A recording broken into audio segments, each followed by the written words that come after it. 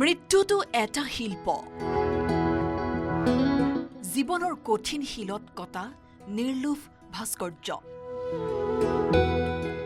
2012 চনতেই আমাৰ মাজৰ পৰা হেৰাই যোৱা সুগন্ধি পখিলাৰ কবি হীৰেন ভট্টাচাৰ্যৰ উপস্থিতিৰ ভাস্কৰ্য খোদিত কৰাৰ প্ৰয়াস চলিছে যোৰহাটৰ এটা ঘৰত ৰূপালী ৰং চুলিত লাগিছে বেয়া নেদেখি লাগক সোণালীখিনি মচি নিদিবা বুকুজুৰি বৈ থাকক যোৰহাট কেন্দ্ৰীয় কাৰাগাৰৰ সমীপত এইটো হৈছে মৰমৰ কবি হিৰুদাৰ উপজাগৃহ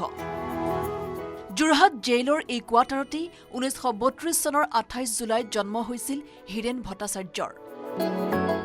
কবিৰ বহু স্মৃতি লুকাই থকা বৰ্তমান জহি খহি যোৱা এই ঘৰটোত ৰূপায়ণ কৰা হৈছে এটি বিশেষ প্ৰকল্প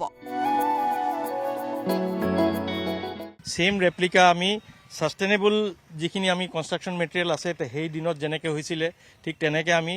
আমাৰ এই পিছফালে আমি ঘৰটো ঠিক অকমান ৰাস্তাৰ পৰা দূৰৈত আমি বনাইছো সেম একেটা ডাইমেনশন আমি মেজাৰমেণ্টবিলাকো ৰাখিছো মই দেখুৱাব বিচাৰিছো যে নিজতি অসম নৰ্থ দৰ্শকসকলক এইটোৱেই সেইটো বাসগৃহ যিটো হুবহু আমাৰ সকলোৰে মৰমৰ কবি হিৰুদাৰ যিটো ঘৰ আছিলে সেই ঘৰটোৰ সম্পূৰ্ণ হুবহু একে ৰাখি এই ঘৰটো নিৰ্মাণ কৰি থকা হৈছে উজাগৰি ৰাতি সপোন দেখিছো মই ফুল আলসুৱা তোমাৰ মুখৰ হৈছ সোণোৱালী হাঁহি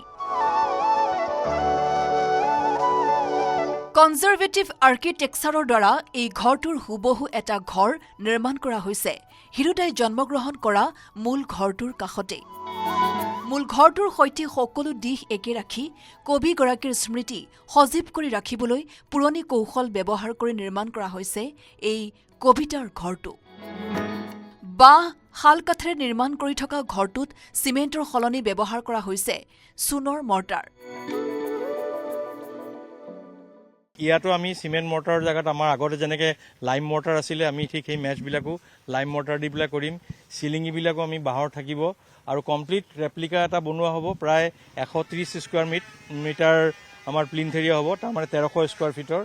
আৰু প্ৰতিটো ডাইমেনশ্যন দৰ্জাৰ চাইজ আমি এইবিলাক বস্তু আমি একো হাল সলনি কৰা নাই যেনেকৈ তাত আছে ঠিক ছেইম চাইজৰে আমি ইয়াত নিৰ্মাণ কৰি উলিয়াম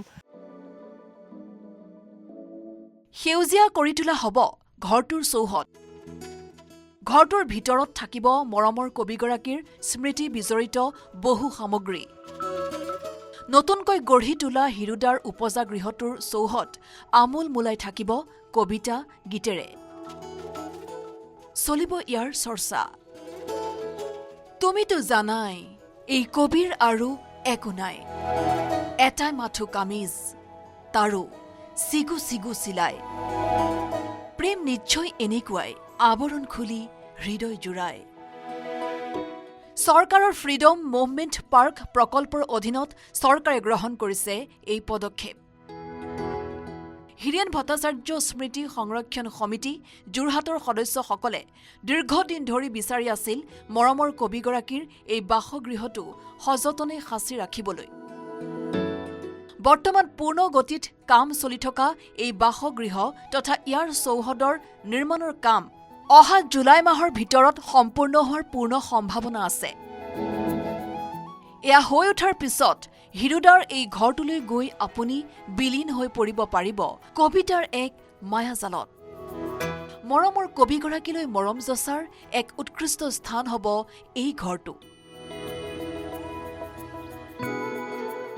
এই বিল্ডিংটো আমি প্ৰায় 3 মাহ আগত আৰম্ভ কৰিছিলোঁ ইয়াৰ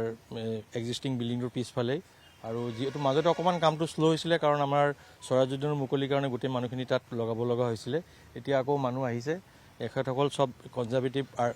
যিজন কনচালটেণ্ট তেওঁলোকে মানুহ লগাই দিল্লীৰ পৰা আহিছে তেওঁলোকে গোটেই ভাৰতবৰ্ষতে কনজাৰভেশ্যনৰ কামবিলাকে কৰে গতিকে এখেতসকলে এতিয়া আহিছে আকৌ কাম কৰিছে উইদিন 3 মান্থছ আমাৰ কমপ্লিট ইয়াতে গ্ৰাউণ্ড চাউণ্ড প্ৰিপেৰেশ্যন কৰি পেলাই আমাৰ শেষ হৈ যাব